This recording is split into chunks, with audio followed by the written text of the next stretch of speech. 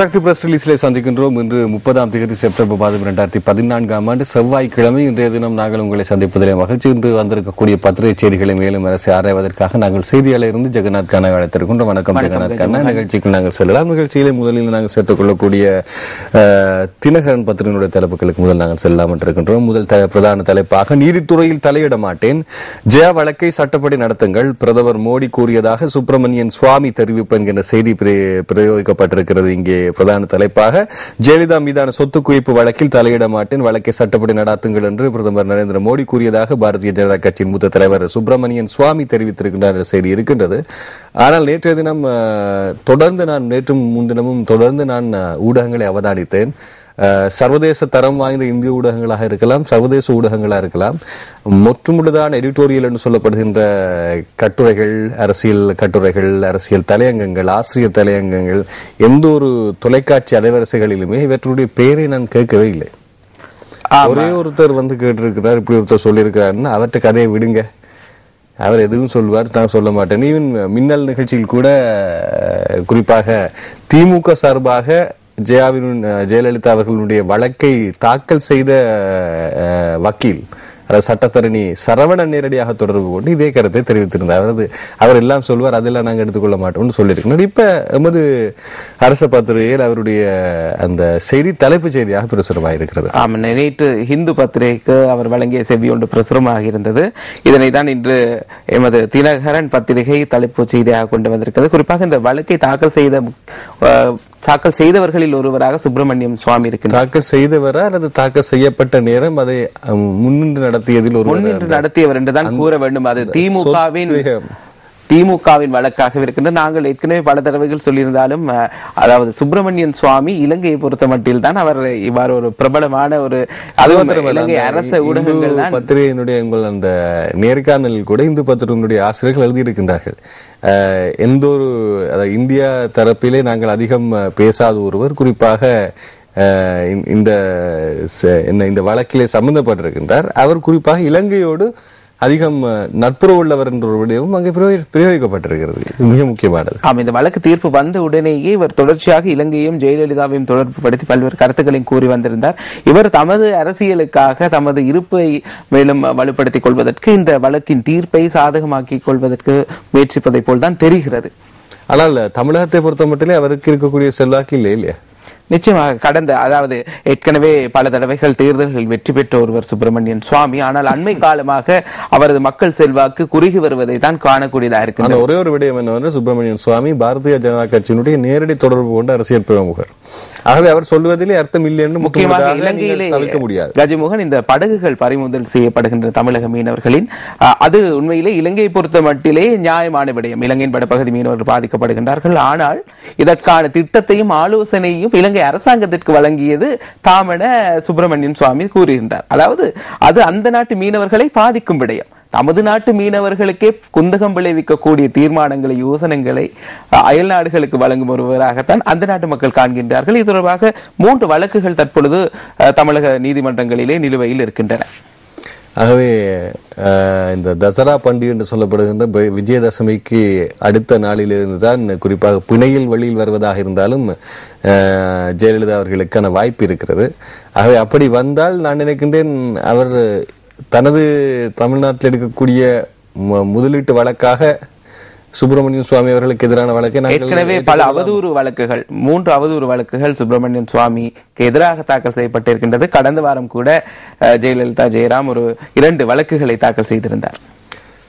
அடுத்த செய்தியை நாங்கள் பார்க்கலாம்.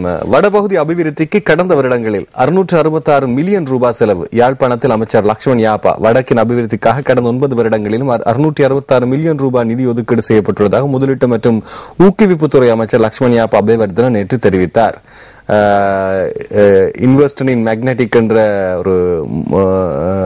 ஒரு தலைப்பிலே இருக்கக்கூடிய ஒரு வலுவான முதலீடு சம்பந்தமான ஒரு தலைப்பிலே அவர் பேசியிருக்கின்றார். இந்த இடத்தில் நேற்றைய தினம் உங்கள் செய்தி அறிக்கையை பார்க்கக்கூடியதாக இருந்த ஜெகன், குறிப்பாக வட பக்கத்தில் இருக்கக்கூடிய அனைத்து தாய்மார்களும் வேறு வேறுவான கருத்தை கூறிக்கொண்டிருக்கின்றார்கள். குறிப்பாக முதலீடு உண்மையாக மக்களுக்கு செல்றதான இன்னொரு கேள்வி வருகிறது அல்லவா? இங்கே அந்த செய்தியெல்லாம் நான் பார்த்து பின்னர் நிச்சயமாக சில சந்தர்ப்பங்களிலே இந்த முதலீடுகள் மேற்கொள்ளப்பட்டாலும் அதன் நோக்கம் சரிவர மக்களை சென்றடைகின்றதா, அதன் பயனை மக்கள் அடைகின்றார்களா என்பதுதான் பிரச்சனையாக இருக்கின்றது. வடக்கிற்கு ஒதுக்கப்படுகின்ற நிதியிலும் ஏனைய வசதிகளை ஏற்படுத்தி கொடுப்பதிலும் ஒரு இதை குறைவாக நாங்கள் மதிப்பிட முடியாது. ஆனாலும் கூட அங்கு அந்த மக்கள் உண்மையாக எதனை எதிர்பார்க்கின்றார்கள், அந்த நோக்கம் தான் இதுவரை காலமும் நிறைவேறாமல் இருக்கின்றது. இதை தொடர்ச்சியாக நாமும் சுட்டிக்காட்டி வருகின்றோம்.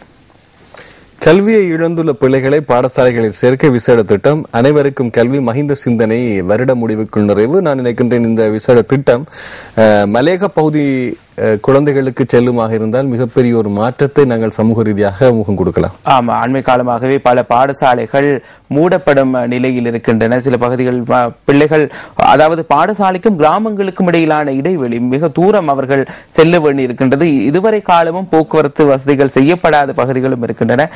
நமக்கு தெரிந்தும் சில மலையக பகுதிகளில் இருக்கும் பாடசாலைகள் பல கிலோமீட்டர்கள், சில வேளை இந்த பிள்ளைகள் காலையிலும் மாலையிலும் 15-20 கிலோமீட்டர் நடந்து சென்று அடுத்த பாடசாலைக்கு சென்று மலை உச்சிக்கு மீண்டும் செல்ல வேண்டிய நிலை இருக்கின்றது. அவர்களுக்கான வசதிகளும் ஏற்படுத்தி கொடுக்கப்படவில்லை.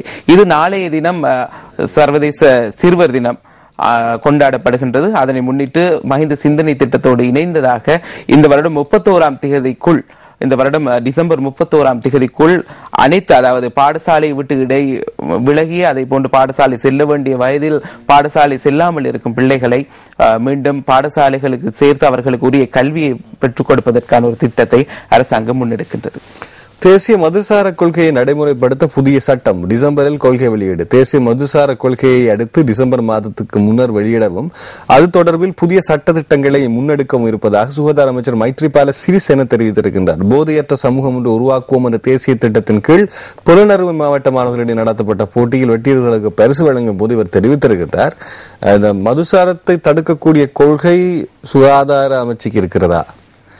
ஆகவே இலங்கையிலே மதுசார நடவடிக்கையில் ஈடுபடுபவர்கள் அவர் சார்ந்த அமைச்சு பதவியை விட அதிக அளவு செல்வாக்கு நிறைந்த அமைச்சு பதவியை வைத்திருப்பவர்களா என்பதை நான் சொல்லவில்லை. அனுர்குமார் திசாநாயக் அவர்கள் பட்டியலிட்டு காட்டியிருந்தார் அண்மையில் பாராளுமன்றத்தில்.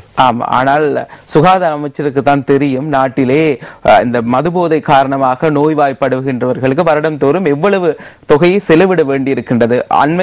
தினம்தோறும் ஏற்படும் விபத்துக்களை நோக்குமிடத்து இந்த மதுபான பாவனை காரணமாக தான் அதிகளவில் இந்த விபத்துக்கள் எல்லாம் நேர்கின்றன. நாங்கள் ஒரு விடயத்தை கூற வேண்டும். இந்த அரசாங்கம் போதைக்கு முற்றுப்புள்ளி என்ற திட்டத்தை அறிமுகப்படுத்தியதன் பின்னர் நாங்கள் வீதிகளிலும் பஸ்களிலும் சிகரெட் புகைப்பதை எம்மால் காண முடியாது இருக்கின்றது.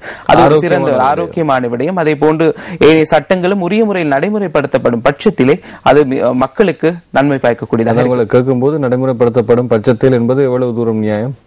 அதுதான், ஒரு சட்டத்தை கொண்டு வரலாம், அதை கடைபிடிக்க வேண்டிய கடமை மக்களிடமும் இருக்கின்றது. அதிகாரிகளும் அனைவருக்கும் பொதுவாக சமமான முறையில் இதனை கையாள வேண்டும். சொகுசு வண்டிகளில் செல்பவர்களுக்கு ஒரு சட்டமும் கூலி வண்டிகளில் செல்பவருக்கு ஒரு சட்டமாகவும் இருக்கக்கூடாது.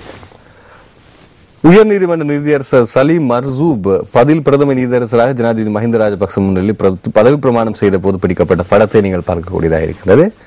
அடுத்து தினகரனுடைய காட்டுரை நீங்கள் பார்க்கக்கூடியதாக இருக்கிறது. இதைத் தொடர்ந்து நாங்கள் ஏனைய செய்திகளுக்கு செல்லலாம். இன்று வெளியாக இருக்கக்கூடிய சுடரொளி பத்திரிகை செய்திகளுக்கு செல்வோம். சுடரொளியினுடைய செய்திகளிலே முக்கியத்துவம் பெறும் செய்தி இது. கண்ணீர் மல்க தமிழக முதல்வராக பதவியேற்றார் ஓ பன்னீர்செல்வம். எங்கும் தப்பியோட மாட்டேன், பிணை கேட்டு ஜெயலலிதா மனு என்கின்ற செய்தி இருக்கின்றது. இன்னொரு விடயம் இந்த இடத்தில் நாங்கள் பேச வேண்டிய விடயம். நேற்று பிளாக்ஸ் பார்க்கும் போது இந்திய செய்தி பிரதான செய்தி தகவல் வழங்குனராக இருக்கக்கூடிய செய்திகள் இருந்தது. அதிலே குறிப்பாக ஜெயலலிதா அவர்கள் சிறையில் அடைக்கப்பட்டதன் பின்னர் செய்த நடவடிக்கை, இரவு சென்று அவர் இரவு தியானித்திருக்கின்றார், பின்னர் நித்திரைக்கு சென்றிருக்கின்றார். காலை 5 காலை எழும்பி குடித்து விட்டு பின்னர் நடைபயிற்சி செய்திருக்கின்றார். அதன் பின்னர் 3 இட்லியும் சாம்பாரும் அதிக வெளியில் இருந்து கொண்டு வரப்பட்ட சிறையில் அல்ல, அவருக்கென்று பிரத்யேகமாக மின்விசிறி அமைக்கப்பட்ட விசிறியும் தனித்துவமாக இருக்கு. இது நாங்கள் நேரத்தை பார்த்துட்டு தொடர்ந்து பேசலாம். ஸ்ரீலங்கா இன்சூரன்ஸ் ஹெல்த் நலம் காணலே தேசத்தின் பலம். ஸ்ரீலங்கா இன்சூரன்ஸ் இருக்கின்றது. இப்படியான செய்திகள் இருக்கின்றது. அவரும் காலை வேளையிலே கஜமுகன் 5 பத்திரிகைகளை வாசித்திருக்கின்றார். 3 தமிழ் பத்திரிகைகளும் அதை போன்று 2 ஆங்கில பத்திரிகைகள் நீண்ட நேரம் அவர் பத்திரிகை வாசிப்பதற்கு தான் அதிக நேரத்தை செலவிட்டிருக்கின்றார். ஆகவே அவருடைய அந்த நடைமுறையை பார்க்கும்போது பெரிய அளவில் அவர் இந்த வழக்கின் நிமித்தம் பாதிக்கப்பட்டதாக தெரியவில்லை. அவர் திட்டமிடுவது போன்றும் செறிவுடன் இருப்பது போன்றுதான் இருக்கின்றது. அதிகாரிகள் தெரிவித்திருக்கின்றார்கள் எந்த முகத்திலே எந்த ஒரு சலனமுமோ எந்த ஒரு சோகத்தையுமோ காண முடியாதது போன்றுதான் இருக்கின்றார். உண்மையிலே அவர் ஒரு பெண்மணியாக இருந்தாலும் கூட அவரின் தைரிய குணம் இருந்தது. கடந்த காலம் 3 தடவைகள் தமிழக முதல்வராக மக்களால் தெரிவு செய்யப்பட்ட ஒருவராகவே இருக்கின்றார். அதே போன்று இந்த வழக்கை பொறுத்த மட்டிலே நீண்ட 18 வருடங்கள் என்பது மிகவும் நீண்ட கால எல்லையாக இருக்கின்றது. ஆகவே இதன் பாதிப்புகள் வெகுவாக குறைந்து அது தணிந்த பிறகுதான் இந்த தண்டனை வழங்கப்பட்டிருக்கின்றது. அதுவும் ஒரு காரணமாக இருக்கலாம். இந்த கவிஞர்கள் பல கேள்விப்பட்டிருக்கின்றேன். தைரியமான பெண்களை ஒப்பிடும் போது பேராண்மை மிக்க பெண்கள் என்ற சொற்பிரயோகத்தையும் அன்பு கொண்ட ஆண்களை பிரயோகிக்கும் போது கண்ணீருடன் கலங்கும் ஆண்கள் என்று சொல்வார்கள். இந்த புகைப்படங்கள் இரண்டையும் பார்க்கும் போது அந்த பெண்மை எப்படி பன்னீர்செல்வம் அவர்களுடன் மென்மையாக இருக்கிறது என்றும் அதே நேரம் ஒரு ஆண்மைத்தனமான அதிகாரம் ஜெயலலிதா அவர்களிடம் இருக்கிறது என்பதை இரண்டையும் நாங்கள் பார்க்கக்கூடியதாக இருக்கின்றோம். ஆமா, ஜெயலலிதா ஜெயராமுக்கு இந்த தண்டனை விதிக்கப்படுவதற்கு சில நிமிடங்களுக்கு முன்னதாக அவர் சிறைச்சாலை அதாவது நீதிமன்றத்திலிருந்து வெளியே வந்து பன்னீர்செல்வத்துடன் ஒரு கலந்த ஆலோசனை மேற்கொண்டு விட்டு உள்ளே சென்றதாக கூறப்பட்டது. அவர் ஏற்கனவே அதாவது தீர்ப்பு வர முன்னதாகவே இவர் பல திட்டங்களை வகுத்திருந்தார். அந்த நடவடிக்கைக்கு அமைவாகத்தான் தற்பொழுது முதலமைச்சராக பன்னீர்செல்வம் பதவி பிரமாணம் செய்து கொண்டிருக்கின்றார். கூட்டமைப்பு முஸ்லிம் காங்கிரஸ் சந்திப்பு இவ்வாறு இறுதியில் கொழும்பில் என்ற செய்தி பிரசுரமாக இருக்கிறது. கடந்த சனிக்கிழமை இது நடைபெற இருந்தது. தேசிய பிரச்சினைக்கு அரசியல் தீர்வு விடயத்திலே முஸ்லிம்களின் பங்களிப்பை இவ்வாறு பெற்றுக் கொள்வது என்பது குறித்துதான் ஆராயப்படவிருந்தது. இந்த சந்திப்பு இந்த வாரத்திற்கு ஒத்திவைக்கப்பட்டிருக்கின்றது. தீப்பற்றியது படகு, 5 மீனவர்கள் காயம். இது தங்காலே ரக்கவ பகுதியிலிருந்து கடற்றொழிலுக்கு சென்ற படகு ஒன்று நடுக்கடலில் தான் தீப்பற்றியிருந்தது. காரணம் இதுவரை தெரியவில்லை. 5 மீனவர்கள் எரிகாயங்களுக்கு உள்ளான நிலையில் வைத்தியசாலையில் அனுமதிக்கப்பட்டிருக்கின்றார்கள். இலங்கை மனித உரிமை நிலைமைகள் குறித்து மதிப்பீடு செய்ய உள்ளனர் ஐக்கிய நாடுகள் நிபுணர்கள் என்ற செய்தி இருக்கிறது. எப்படி மதிப்பீடு செய்திருக்கிறார்கள்? இது ஐக்கிய நாடுகளின் மனித உரிமைகள் பேரவையிலே மனித உரிமை குழு என்று ஒரு அமைப்பு இருக்கின்றது. இதில் ஐக்கிய நாடுகள் மனித உரிமைகள் பேரவையில் அங்கத்துவம் வகிக்கும் நாடுகளில் 168 நாடுகள் இலங்கை உள்ளடங்கலாக இதில் தம்மை பதிவு செய்து கொண்டிருக்கின்றன. ஆகவே இந்த ஒவ்வொரு நாடுகளும் அதாவது குறிப்பாக மனித உரிமை குற்றச்சாட்டுகளை சுமத்தப்பட்டுள்ள குற்றச்சாட்டுகளை எதிர்நோக்கியுள்ள நாடுகள் குறித்து வருடம் இவர்கள் கலந்து ஆலோசனை நடத்துகின்றார்கள். அந்த வகையில் இந்த வருடம் வரும் 7ஆம் தேதி தொடக்கம் 31ஆம் தேதி வரையான காலப்பகுதியில் இலங்கை, இஸ்ரேல் உள்ளிட்ட சில நாடுகள் குறித்து இவர்கள் ஆராயவிருக்கின்றார்கள். அதே போன்று அங்கு இந்த நாடுகள் சார்பிலும் அறிக்கைகள் சமர்ப்பிக்கப்பட வேண்டியிருக்கின்றது. அதை மதிப்பீடு செய்ததன் பின்னர் அவர்கள் தமது நிலைப்பாட்டை அறிவிப்பார்கள். முதல் நாளில் அதாவது அக்டோபர் மாதம் 7ஆம் தேதி இலங்கை தொடர்பாக மீளாய்வு செய்யும் பணிகளில் இந்த ஐக்கிய நாடுகளின் மனித உரிமைகள் ஆணைக்குழுவின் மனித உரிமை குழு அந்த பணியை மேற்கொள்ளவிருக்கின்றது. பூசாவில் தடுத்து வைக்கப்பட்டுள்ள ஜெயக்குமார் உட்பட சிறைச்சாலையில் உள்ள அனைத்து அரசியல் கைதிகளையும் விடுவிக்க கோரி கோட்டை ரயில் நிலையத்துக்கு முன்பாக நேற்று மாலை நடைபெற்ற ஆர்ப்பாட்டத்தின் போது பிரதான அரசியல் கட்சி தலைவர்களும் பதாதை ஏந்தியவாறு இருப்பதை பார்க்கக்கூடியதாக இருக்கிறது. ஆமா, ஜெயக்குமாரி எங்களுக்கு மிகவும் அடிக்கடி நாங்கள் கூறும் வருபவர். அதாவது தமிழீழ விடுதலை புலிகள் இயக்கத்திற்கு புத்துயிர் அளிக்க முயற்சித்ததாக கூறப்பட்டு பிறகு சுட்டுக் கொல்லப்பட்டிருந்த சிலருக்கு அடைக்கலம் வழங்கிய குற்றச்சாட்டின் பேரில் தான் ஜெயக்குமாரி பாலேந்திரன் கைது செய்யப்பட்டிருந்தார். இவர் கைது செய்யப்பட்டு நேற்றோடு 200 நாட்கள் பூர்த்தியாகி இருக்கின்றன. ஆனால் இதுவரை காலமும் இவருக்கு எதிரான குற்றப்பத்திரிகை குற்றச்சாட்டுகள் சுமத்தப்படவில்லை. இது மிகவும் கவலை அளிக்கக்கூடிய விடயம். அதாவது குறிப்பாக இலங்கையில் இறுதிக்கட்ட யுத்தம் நிறைவு பெற்றதன் பின்னர் 13,000க்கும் மேற்பட்ட தமிழீழ விடுதலை புலிகள் உறுப்பினர்கள் இராணுவத்தினரிடம் சரணடைந்து அவர்களுக்கு புனர்வாழ்வு அளிக்கப்பட்டு விடுவிக்கப்பட்டார்கள். அதே போன்று சந்தேகத்தின் பேரில் கைது செய்யப்பட்ட இளைஞர் யுவதிகள் 800க்கும் மேற்பட்டவர்கள் தொடர்ந்தும் பல்வேறு சிறைச்சாலைகளில் தடுத்து வைக்கப்பட்டிருக்கின்றார்கள். ஆனால் அவர்களுக்கு எதிரான வழக்கு விசாரணைகளோ அல்லது குற்றப்பத்திரிகை தாக்கல் செய்யப்படுவதையோ எம்மால் காண முடியாது இருக்கின்றது. அவர்களும் தொடர்ச்சியாக கோரிக்கை விடுத்து வருகின்றார்கள். தம்மை தமிழீழ விடுதலை புலி சந்தேக நபர்கள் என்ற அடிப்படையிலாவது புனர்வாழ்வு அளித்து வைத்து சமூகமயப்படுத்தப்பட வேண்டும் என்றதுதான் அவர்கள் கோரிக்கையாக இருக்கிறது. நீண்ட காலமாக வழக்கு விசாரணைகளின்றி இவ்வாறு தடுத்து வைக்கப்பட்டுள்ள கைதிகளை விடுதலை செய்ய வேண்டும் என வலியுறுத்தி நேற்றைய தினம் இந்த ஆர்ப்பாட்டம் கொழும்பில் நடத்தப்பட்டிருந்தது. இது ஆர்ப்பாட்டத்திற்கு எதிராகவும் மற்றும் ஒரு சாரார் நேற்று கொழும்பிலே ஆர்ப்பாட்டம் நடத்தியிருந்தார்கள்.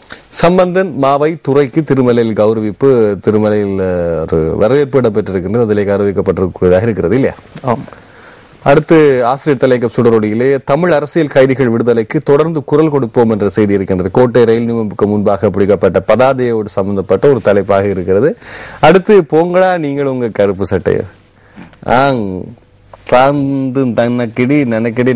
நினைக்கிடி. அதாவது உண்மையிலே அந்த ஐநா பொதுச்சபை கூட்டத்தொடரை மையமாக வைத்து கருப்பு சட்டை போராட்டம் ஒன்றை திமுக தலைவர் உள்ளிட்ட குழுவினர் நடாத்தியிருந்தார்கள். தற்பொழுது அந்த ஆடைகளை களைந்து நிர்வாண கோலத்திலே அவர் ஆட்டம் ஆடிக்கொண்டிருக்கின்றார். ஆனால் அவரது அந்த நிர்வாணமும் வெளிப்படுவதற்கு நேரம் செல்லாது போன்ற ஒரு கருத்தை முன்வைத்து ஜேபி 1,76,000 கோடி, சாதாரணமா 66 கோடிக்கும் 1,76,000 கோடிக்கும் இருக்கக்கூடிய இடைவெளியை பார்க்கலாம்.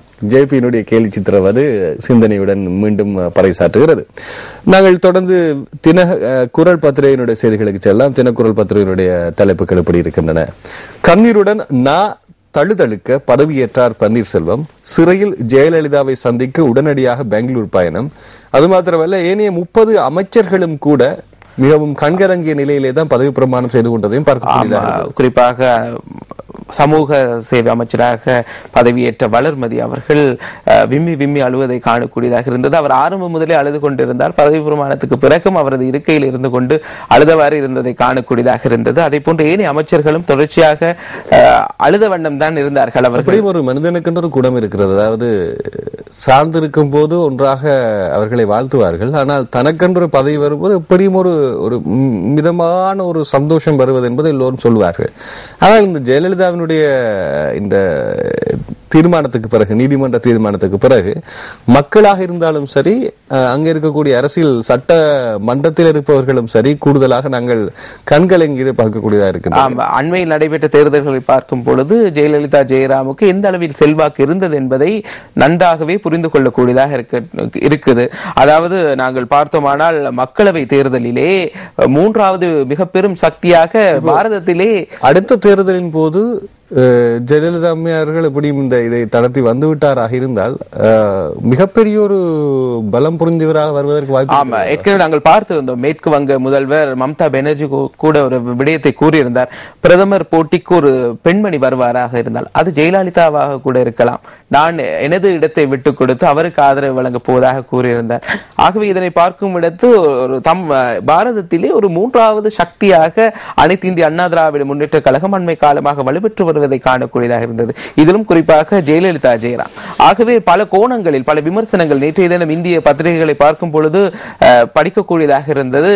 ஒரு 3ஆம் சக்தி. ஆனால் வட இந்திய தொலைக்காட்சிகளுமோ பத்திரிகைகளுமோ எந்த காரணம் கொண்டும் ஜெயலலிதாவினுடைய சிறையடைப்பை சார்ந்து அல்லது அவருக்கு சார்பாக எந்த ஒரு அறிக்கையுமே பிரயோகிக்க முடியாத ஒன்றை காணக்கூடியதாக இருந்தது. அதே நேரம் அந்த செய்திகளை தவிர்த்ததையும் பார்க்கக்கூடியதாக இருந்தது. குறிப்பாக இந்திய தேசிய செய்திகள் அனைத்திலுமே பிரதமரனுடைய அமெரிக்க விஜயம்தான் அதிகம் பேசப்பட்டது. ஜெயலலிதாவினுடைய இந்த தமிழ்நாட்டினுடைய எந்த ஒரு விடயமும் பெரிதாக பேசப்படவில்லை என்ற அடிப்படையிலே தேசிய ரீதியில் தமிழ்நாடு எப்படி கையாளப்படுகிறது என்பதை ஓரளவு பார்க்கக்கூடியதாக இருக்கிறது. நிச்சயமாக நாங்கள் ஒரு மாகாண சபை தேர்தல் நடைபெறும் போது அதுக்கு கொடுக்கக்கூடிய முக்கியத்துவம் தமிழ்நாட்டுக்கு ஏதோ தேசிய அளவில் இல்லையோ என்ற ஒரு பார்வையை கொண்டு வந்தது போல ஒரு ஊடகவியலராக இருந்தது.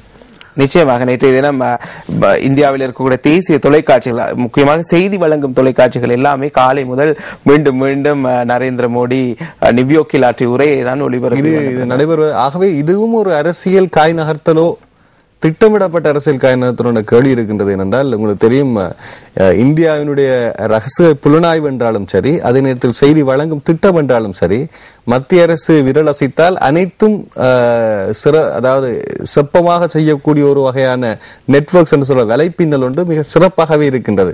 அது எப்போதும் ஆட்சிக்கு வரக்கூடிய பிரதமருடைய அந்த கட்சி அதை அல்லது அந்த அவை சார்ந்த அரசு அதை சிறப்பாக கையாளும். அதை நாங்கள் பார்க்கக்கூடியதாக இருக்கிறதோ என்று தோணுகிறது. அடுத்த செய்திக்கு செல்லலாம். விசாரணை மண்டபத்துள் புகுந்த ராணுவத்தை விரட்டிய ஆணையாளர். பூநகரியில் பெரும் பரபரப்பு என்கின்ற செய்தி இருக்கின்றது. காணாமற் போனோர் தொடர்பான முறைப்பாடுகளை விசாரணை செய்யும் ஜனாதிபதி ஆணைக்குழு நேற்று 3வது நாளாக பூநகரி பிரதேச செயலகத்திலே தமது அமர்வை நடத்தியிருந்தது. வழமைக்கு மாறாக நேற்றைய தினம் இராணுவத்தினர், குறிப்பாக இந்த விசாரணை நடைபெறும் பகுதிகளுக்கு இராணுவத்தினரின் தேவை அற்றதாகவே இருக்கின்றது. ஆனால் நேற்று இந்த விசாரணை நடைபெற்ற இடத்திற்கு பெருமளவு இராணுவத்தினர், அதே போன்று இராணுவ புலனாய்வாளர்கள் என கூறப்படுகின்ற சிலரும் வருகை தந்து அவர்கள் அங்கு சாட்சியம் அளிப்பதற்கு வந்திருந்தவர்களை சிறிய ரக கேமராக்களை கொண்டு புகைப்படம் எடுத்ததை அங்கு இருந்தவர்கள் அவதானித்திருக்கின்றார்கள். இது தொடர்பாக அங்கு கூடியிருந்த மக்களும் அதே போன்று தூதரக அதிகாரிகள் சிலரும் நேற்றைய தினம் பூநகரிக்கு சென்றிருந்தார்கள். அவர்கள் முறையிட்டிருக்கின்றார்கள். ஆணைக்குழுவின் தலைவர் மேக்ஸ்வெல் பரணகம் அவர்களுக்கு உடனடியாக அவர்களை அங்கிருந்து வெளியேறுவதற்கு உத்தரவிட்டிருந்தார். இது நேற்று ஒரு பரபரப்பை ஏற்படுத்தியது. கடந்த காலங்களிலும் இந்த ஆணைக்குழு, அது கற்றுக்கொண்ட பாடங்கள் மற்றும் நல்லிணக்க ஆணைக்குழுவாக இருக்கட்டும் அல்லது காணாமற் போனோர் குறித்த ஆராய்ச்சி ஆணைக்குழுவாக இருக்கட்டும், இதில் சாட்சியம் அளிக்க செல்லும் மக்கள், சாட்சியம் அளித்து திரும்பிய மக்கள் அனைவருமே அச்சுறுத்தப்படுவதாக பல குற்றச்சாட்டுகள் எழுந்த நிலையில் தான் நேற்றைய தினம் ஊடகவியலாளர்கள் அனைவரும் இருந்த நிலையிலும் கூட அவர்களால் காணக்கூடியதாக இருந்தது. இவர்கள் எவ்வித காரணமின்றி வந்து அங்கு புகைப்படம் எடுப்பதை பலரும் எதிர்ப்பு தெரிவித்திருந்தார்கள். அதே போன்று நேற்றைய தினம் சாட்சி விசாரணைகளுக்காக சில பகுதிகளைச் சேர்ந்த மக்கள் பலவந்தமாக நேரடி கேள்வி, ஜனாதிபதி நியமித்த ஆணைக்குழு, ஆனால் ராணுவம் அப்படி என்றால் அது ஏற்கனவே ராணுவத்திற்கும் தெரிந்துதான் இந்த ஆணைக்குழுவுடைய செயற்பாடு இடம்பெற வேண்டும்.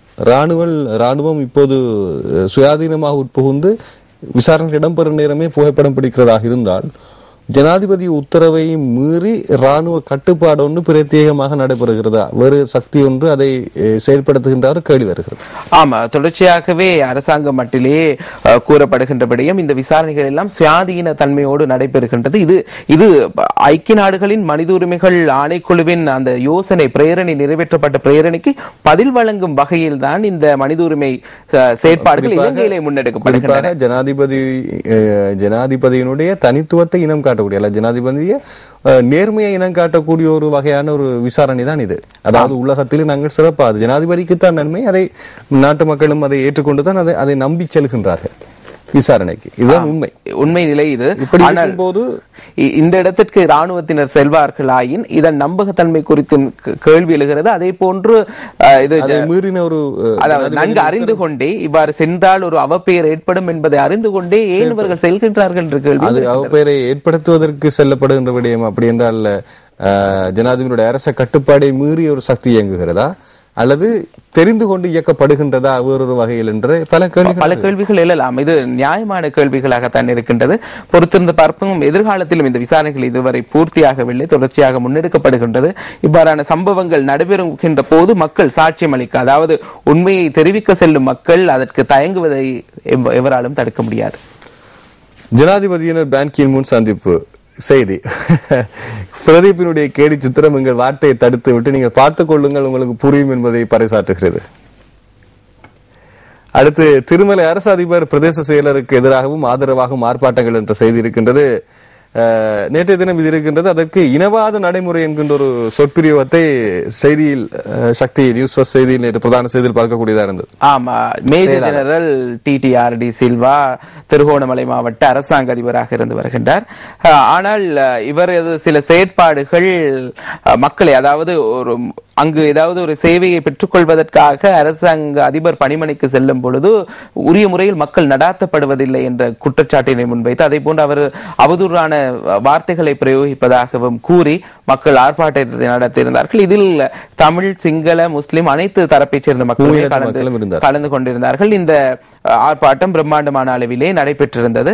அதே நேரத்திலே பட்டினமும் சூழல் பிரதேச செயலகத்திலே அங்கிருக்கும் ஊழியர்கள் எல்லாம் அலுவலகத்திற்கு வெளியே வந்து அவர்களும் அரசாங்க அதிபருக்கு ஆதரவு தெரிவித்து இவரது சிறந்த செயற்பாட்டினை முட்டுக்கட்டை ஏற்படுத்த வேண்டாம் என வலியுறுத்தி அவர்களும் ஒரு கவனஈர்ப்பு போராட்டத்தை நடத்தக்கூடியதாக இருந்தது. ஆகவே இந்த இரண்டு போராட்டங்களும் அரசாங்க அதிபருக்கு ஆதரவாகவும் எதிராகவும் பிரதேச செயலாளருக்கு இப்படி நடைபெற்றிருக்கிறது. ஆமா, பிரதேச செயலாளரும் அரசாங்க அதிபரும் இணைந்துதான் மக்களுக்கு இவ்வாறு சிறந்த சேவை வழங்கவில்லை என மக்கள் கூறுகின்றார்கள். ஆனால் இவர்களுக்கு ஆதரவாகத்தான் பட்டினமும் சூழலும் பிரதேச செயலகத்திலே இந்த கவனஈர்ப்பு போராட்டம் செய்தியின் போது நேரடியாக அவர்களுடைய குரல் பதிவையும் கொடுத்திருந்தார்கள். ஆம், நிச்சயமாக. அடுத்து பாப்பரசரை இவ்வாரம் சந்திக்கிறார் ஜனாதிபதி. அவர் போய் விண்ணப்பம் கொடுக்கின்றார், வரவேற்பு. ஆமா, இலங்கை மக்களும் மிகவும் ஆர்வமாக பார்த்திருக்கும் ஒரு விடயம். ஜனவரி மாதம் தைப்பொங்கல் திருநாள் பாப்பரசரும் இலங்கையில் இருக்கின்றார். உத்தியோகபூர்வமாக இந்த அழைப்பை பாப்பரசரிடம் கையளிப்பதற்காக தான் ஜனாதிபதி வத்திக்கான் செல்கின்றார். ஜனாதிபதி அந்த வரவேற்புக்கு பின்னர் குறிப்பாக இலங்கையிலே அடுத்த ஜனவரி மாதம் கொஞ்சம் ஒரு நெருக்கடி மிக்க வாரமாக இருக்கு. குறிப்பாக பாப்பரசரின் விஜயத்துக்கு முன்பதாக பெரும்பாலும் தேர்தல் நடைபெறுவதற்கான சாத்தியங்கள் இருப்பதாக தான் தற்பொழுது அரசியல் வட்டாரங்கள் கூறுகின்றன. முன்கூட்டியே வரவு செலவு திட்ட நிதி ஒதுக்கீட்டு சட்டமூலம் சமர்ப்பிக்கப்பட்டிருக்கின்றது. ஆகவே வழமையாக டிசம்பர் மாதம் நடுப்பகுதி வரை இந்த வரவு செலவு திட்டத்தின் மீதான விவாதம் நடைபெறுகின்றது. நேற்று தினம் நம்மால் காணக்கூடியதாக இருக்கின்றது ஊடகங்களிலே. குறிப்பாக இந்த விவாதங்களை நவம்பர் மாதத்திற்குள் பூர்த்தி செய்து அடுத்த ஜனாதிபதி தேர்தலை விரைவுபடுத்துவதற்கான கால அவகாசத்தை பெற்றுக்கொள்ளும் ஒரு திட்டத்தில் அரசாங்கம் செயற்படுவதாக கூறப்படுகிறது. ஆகவே பொறுத்திருந்து பார்க்க வேண்டும். அடுத்த வருடம் முக்கியமாக நவம்பர் 17ஆம் தேதியின் பின்னர், அதாவது 19ஆம் தேதியில் இருந்து ஜனாதிபதியினுடைய 3வது பதவிக்காலம் சம்பந்தமான அறிக்கைகள் ஜனாதிபதி நிச்சயமாக சமர்ப்பிக்க வேண்டும் என்ற நிலைப்பாடும் இருக்கிறது இல்லையா? அது நம் செய்திகளில் இருந்து பார்க்கக்கூடியதாக இருந்தது. அடுத்து நாங்கள் ஓ பன்னீர்செல்வம் அவர் பற்றி பார்க்கலாம். 13ஆம் மற்றும் 17ஆம் தமிழக முதல்வர் என்ற விடயத்திலே அவர்கள் இருக்கின்றார்களா? இது பற்றிய முழுமையான செய்திகள் நீங்கள் பார்க்கலாம். அவரது அரசியல் வாழ்க்கை என்ன? அப்போது அவர் சட்டசபைக்கு வந்திருந்தார். அவர் நிதியமைச்சராக மாற்றப்பட்டது. 29ஆம் தேதி நேற்றைய தினத்திலிருந்து தமிழக முதல்வராக இருக்கின்றார். 2 சந்தர்ப்பங்களிலே ஜெயலலிதா ஜெயராம் பதவியை இழந்த சம்பந்தப்பங்களில் தான் அவருக்கு இந்த முதலமைச்சர். ஆனால் இடைநிரப்புகையைத்தான் அவர் செய்வார் என்று நான் நினைக்கின்றேன். சரியா? நிச்சயமாக. அவர் நாங்கள் பார்த்தோம், ஆளுநரை சந்திக்க போகும் பொழுது, நேற்றைய தினம் பதவியேற்பு விழாவுக்கு வரும் பொழுது கூட அவரது வாகனத்தில் கூட ஜெயலலிதா ஜெயராமின் புகைப்படம் வைக்கப்பட்டு இருந்தார். ஆகவே ஏற்கனவே நாங்கள் பார்த்திருந்தோம். பலரும் ஏற்கனவே இருந்த பாரத பிரதமர் தொடர்பாக சில கருத்துக்களை கூறினார்கள். அதாவது பாரத பிரதமரின் செயற்பாடுகள் எல்லாம் சோனியா காந்தி கூறுவதை செய்துவிட்டு இருப்பார் என்று கூறுவார்கள். அதே போன்று தற்பொழுது சிறையில் இருந்தவாறே ஜெயலலிதா ஜெயராம் வழங்கும் ஆலோசனைகளை நிறைவேற்றும் ஒரு முதலமைச்சராக பன்னீர்செல்வம் செயற்படுவார் என்றுதான் பெரிதாக கூறப்படுகிறது. ஆகவே திறமையை விட நம்பிக்கை தான் அரசியலுக்கு தேவைப்படுவது போல இருக்கிறது. நிச்சயமாக இவர் மிகவும் நம்பிக்கை, அதாவது இன்று ஜெயலலிதா ஆதரவாளர் என இந்த பன்னீர்செல்வத்துக்கு கீழே ஒரு அடைமொழியில் ஒரு பேரும் குறிப்பிடப்பட்டிருக்கின்றது. அடுத்த செய்தி, நாங்கள் இன்றைய தினம் வெளியாக இருக்கக்கூடிய வீரகேசரி பத்திரிகை செல்வோம். வீரகேசனுடைய பிரதான தலைப்பு இதுதான். தமிழக அமைச்சரவை பதவியேற்பில் சோகம், பன்னீர்செல்வத்தின் முன்புள்ள சவால்கள், கண்ணீர் மல்கியவாறு பதவியேற்ற பன்னீர். இங்கே காட்சிகளுடன், புகைப்பட காட்சிகளுடன் அனைவரும் அழுது கொண்டே தங்கள் பதவியேற்பை செய்து பார்க்கக்கூடியதாக இருக்கின்றது. பிணை வழங்க கோரி கர்நாடக மேல் நீதிமன்றத்தில் ஜெயலலிதா மனு தாக்கல். எங்கும் தப்பியோட மாட்டார், சாட்சிகளை கலைக்க மாட்டார், சிறையில் பாதுகாப்பில்லை. இது ஒரு நீதியான ஒரு பேச்சாக இருக்கிறது. அவர் கூறி நேர்மையான ஒரு பேச்சாக இருக்கு. அவர் தமது பிணை மனுவிலே கூறியிருக்கின்றார், தாம் தமிழகத்திலே 3 முறை முதல்வராக வந்தவர், 1 கோடி ஆதரவாளர்கள் அனைத்து இந்திய அண்ணா திராவிட முன்னேற்ற கழகத்துக்கு இருக்கின்றார்கள். ஆகவே தாம் தப்பியோட வேண்டிய அவசியம் இல்லை. தாம் ஒரு நோயாளி என்ற அடிப்படையிலே சிகிச்சைகளை பெற்றுக்கொள்ள வேண்டியதன் நிமித்தமும், அதே போன்று பெங்களூர் சிறைகளிலே பாதுகாப்பு குறைபாடுகள் காரணமாகவும் தமக்கு பிணை வழங்க வேண்டும் என கூறி கலைக்க மாட்டார் என்ற அதனையும் கூறியிருக்கின்றார். அதே போன்று இன்றைய தினம் அதாவது தற்பொழுது தசரா விடுமுறை காலம் கர்நாடக மாநிலத்திலே, அந்த வகையில் இன்றைய தினம் அந்த விடுமுறை சிறப்பு நீதிமன்ற அமர்விலே இந்த பிணை மனு பரிசீலனைக்கு எடுத்துக் கொள்ளப்படுகிறது. இந்த வழக்கை பொறுத்த மட்டிலே மற்றும் ஒரு முக்கியஸ்தர் ராம் ஜெத்மலானி நாங்கள் ஏற்கனவே கண்டிருந்தோம். ஜெயலலிதா சார்பிலே அவர் ஆஜராகின்றார். மிகவும் முக்கிய வழக்கறிஞர் அவர். ஆகவே அவர் நம்பிக்கை வெளியிட்டிருக்கின்றார், ஜெயலலிதா ஜெயராமுக்கு பிணை வழங்கி கொடுக்க தம்மால் முடியும் என்ற நம்பிக்கையில் அவர் இந்தியா திரும்பி இருக்கின்றார். இன்றைய தினம் முன்னாள் முதல்வரை சந்தித்த பிறகு அவர் வழக்கில் ஆஜராக உள்ளதாகவும் இன்றைய தினம் பத்திரிகைகள் செய்தி வெளியிட்டிருக்கின்றனர். அவர் இப்படி முரண்பாடான வழக்குகளுக்கு முகம் கொடுப்பது வழமை. குறிப்பாக கருணாநிதி சார்பாக கனிமொழி அவர்களுடைய வழக்குகளையும் அவர் கையாண்டதாக ஒரு கேள்வி. உண்மையா? நிச்சயமாக அவர்தான் அங்கு இருக்கக்கூடிய நம்பிக்கை நட்சத்திரம் என கூறுவார்கள். வழக்கிலே அவர் இறங்கினால் தமக்கு சாதகமாக வரும் என்பதுதான் அனைவரது நிலைப்பாடாகவும் இருக்கின்றது. அந்த வகையில் ஆனால் இந்த முறை இந்த வழக்கு தீர்ப்பு குறித்து ஆரம்பம் முதலே, அதாவது இந்த வழக்கில் ஆஜராவதற்கு முன்னதாகவே தமது அதிருப்தியை வெளியிட்டிருந்தார். குறிப்பாக இந்த குன்ஹா அவரது அந்த எல்லையை மீறி சென்று, அதாவது ஒரு ஊழல் வழக்கில் வழங்கக்கூடிய தீர்ப்புக்கு அப்பால் சென்று 4 வருடம் என்பது, அதாவது 2 வருட காலத்துக்கு உட்பட்ட ஒரு சிறை தண்டனையாக இருந்தார் கஜமுகன். அதே நீதிமன்றத்திலே ஏதேனும் ஒரு அடிப்படையிலே அவருக்கு பிணை பெற்றுக் கொடுத்திருக்கலாம். 4 வருடம் என்ற அந்த நிபந்தனை தான், அதாவது அண்மையில் இந்திய சட்டங்களில் கொண்டு வரப்பட்ட திருத்தத்திற்கு அமைய இந்த பிணை வழங்குவதில் ஒரு சிக்கலான சூழ்நிலையை ஏற்படுத்தியிருக்கின்றது. விடுமுறை காலத்திலேயே அது காலையில் கொடுக்க வேண்டிய தீர்மானம் மாலையில் கொடுக்கப்பட்டது, அனைத்தும் திட்டமிடப்பட்டதா? இதை கடந்த மாதங்களில் கொடுக்கப்பட்ட அவர்கள் அதை தீர்மானத்தை கொடுத்து விட்டு அவர் ஓய்வு பெற்று விட்டார். நீதிமன்ற துறையில் அவர் ஓய்வு பெற்றார். ஆகவே இதற்கு முன்னர் 3 நீதிபதிகள் மாற்றம் பெற்றிருக்கின்றார்கள். பல தடவைகள் 16 அமர்வுகள் இடம்பெற்றிருக்கிறது. இப்படி பல விடயங்கள் இருக்கின்றன. ஆகவே நாளைய தினம் இது குறித்து அதிக அளவில் பேசக்கூடியதாக இருக்கும். பெரும்பாலும் தமிழக, அதாவது அனைத்து இந்திய அண்ணா திராவிட முன்னேற்ற கழகத்தின் சட்டத்தரணிகளும் ராம் ஜெத்மலானியும் கடும் முயற்சியில் ஜெயலலிதா ஜெயராமை பிணையில் கொண்டு வருவதற்கான முயற்சியில் இருக்கின்றார்கள். நாளை பார்ப்போம் என்ன நடக்கின்றது என்று. அடுத்த செய்தி, அரசு வானொலி அறிவித்த இடத்திற்கு சென்றவர்கள் மீதும் ஷெல் தாக்குதல்கள் மேற்கொள்ளப்பட்டன. இறுதி யுத்தம் குறித்து பொதுமக்கள் சாட்சியம் என்ற செய்தி ஒன்றும் இங்கே பிரசுரமாயிருக்கிறது வீரகேசரி பத்திரிகையில். இது பொதுமக்களுடைய சாட்சியமாக இருக்கின்றன. ஆமா, யுத்த சூனிய பகுதியாக அறிவிக்கப்பட்டு அங்கு மக்களை செல்லுமாறு அறிவித்தல்கள் விடுக்கப்பட்டது அனைவரும் அறிந்தது. அங்கு சென்ற பொழுது கூட ஷெல் தாக்குதலில் பலர் பலியானதாக மக்கள் கூறியிருந்தார்கள். அதே போன்று தமிழீழ விடுதலை புலிகள் இயக்கத்தினர் மக்களை மனித கேடயமாக பயன்படுத்தினார்கள் என்ற ஒரு குற்றச்சாட்டும் இருந்தது இறுதிக்கட்ட யுத்தத்தின் போது. ஆனால் சாட்சியம் அளிக்க வந்த மக்கள், குறிப்பாக கிளிநொச்சி முல்லைத்தீவு மக்கள் தான் யுத்தத்தில், இறுதிக்கட்ட யுத்தத்திலே பெரும்பாலும் பாதிக்கப்பட்டிருந்தார்கள். அவர்கள் நேரடியாகவே இம்முறை சாட்சியம் அளித்திருக்கின்றார்கள். தாம் இருந்த பகுதிகளில் தமிழீழ விடுதலை புலிகள் தம்மை மனித கேடயமாக பயன்படுத்தவில்லை என அவர்கள் கூறியிருக்கின்றார்கள். அதே போன்று சில மக்கள் கண்ணீர் மல்க தமது சாட்சியங்களை பதிவு செய்தார்கள். பாதுகாப்பு தரப்பினரிடம் தமது பிள்ளைகளுக்கு பாதுகாப்பு வழங்க கோரி அவர்களிடம் ஒப்படைத்தோம். உயிரோடு ஒப்படைக்கப்பட்ட பிள்ளைகள் இன்னமும் உயிரோடு தான் இருக்க வேண்டும். ஆகவே அவர்கள் எங்கிருக்கின்றார்கள் என்பதை கூற வேண்டும் என ஆணைக்குழுவிடம் கோரிக்கை விடுத்திருக்கின்றார்கள். அதே போன்று ஒரு தாய், நாங்கள் நேற்றைய தினம் கண்டிருந்தோம், சாபமிட்டிருந்தார் தமது பிள்ளைகள், அதாவது இவர் சாட்சி விசாரணைகளுக்காக சென்ற பொழுது உங்களுக்கு எத்தகைய உதவிகள் வேண்டும், ஆடுகள் வேண்டுமா என கேட்கப்பட்டிருந்ததாக கூறப்படுகிறது. ஆகவே தமது பிள்ளைகளின் உயிருக்கு ஆடுகளின் உயிர்களா நிகராகுமா என்ற கேள்விகளை எழுப்பியிருந்தார்கள். பலரும் கண்ணீர் மல்க சாட்சியம் அளித்து, ஒரு சில சாட்சியம் அளிக்க வந்தவர்கள் தமது சாபங்களை இட்டு திரும்பி சென்றதாகவும் கூறப்படுகிறது. தொடர்ச்சியாக பலர் புதிய முறைப்பாடுகளையும் பதிவு செய்திருக்கின்றார்கள். ஆகவே இந்த அனைத்து விசாரணைகளையும் பூர்த்தி செய்யப்பட்டு மக்களுக்கு ஒரு நியாயம் பெற்றுக் கொடுக்கப்பட வேண்டும் என்பதுதான் அனைவரது அபாவாகவும் இருக்கின்றது.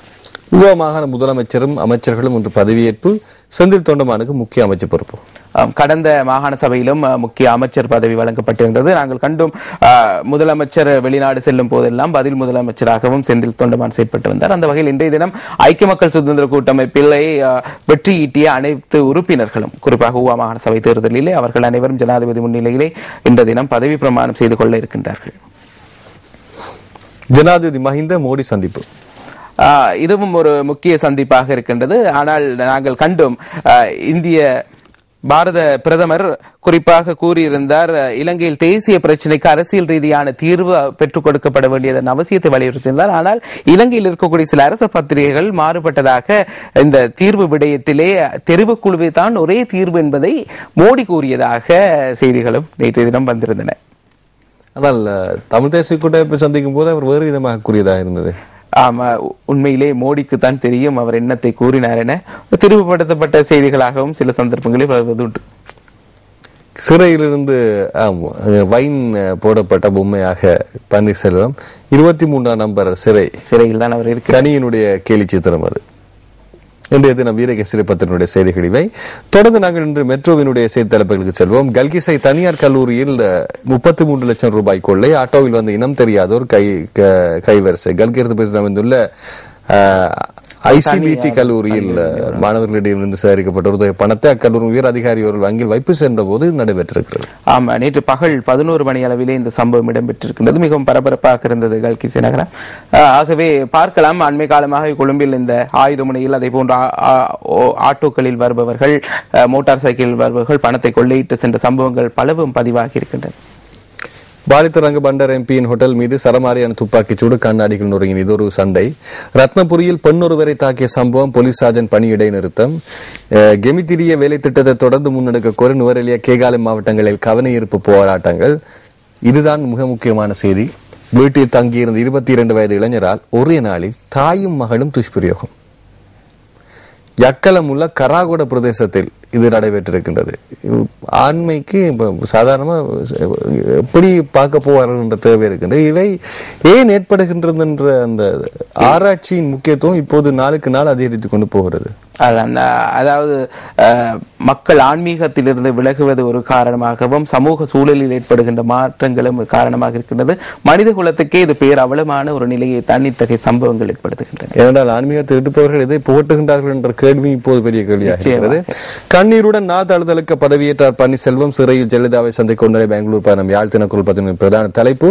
அதைத் தொடர்ந்து வடக்கே வரும் ஜனாதிபதி, பல நிகழ்வுகளில் பங்கேற்பு. ஏனென்றால் வடக்கு பத்திரிகை அது. மின்கம்பத்துடன் ஆட்டோ மோதியது, மாணவன் படுகாயம், சாரதி கைது. புலனறுவையில் நேற்று சம்பவம். மன்னிக்க வேண்டும், பொன்னாலையில் நேற்று சம்பவம். பொன்னாலை யாழ்ப்பாணத்தில் நேற்று சம்பவம். பொன்னாலை வரதராஜா பெருமாள் கோயில் இருக்கு. புலம்பெயர் தமிழர்கள் யாழில் முதலீடு செய்ய இரட்டை பிரஜா உரிமை வழங்கப்பட வேண்டும். முதலீட்டு ஊக்குவிப்பு அமைச்சரிடம் யாழ் வர்த்தக சங்கம் கோரிக்கை. ஆரோக்கியமான ஒரு கோரிக்கை. ஏனென்றால் பணம் படைத்த யாழ்ப்பாணத்து மக்கள் அதிகமாக புலம்பெயர்ந்தவர்களாகத்தான் இருக்கின்றார்கள். ஆரோக்கியமான இந்த செய்தியோடு நாங்கள் இன்றைய தினம் நமது பிரஸ் ரிலீஸினை நிறைவுக்கு கொண்டு வருகின்றோம். மீண்டும் நாளை சந்திப்போம்.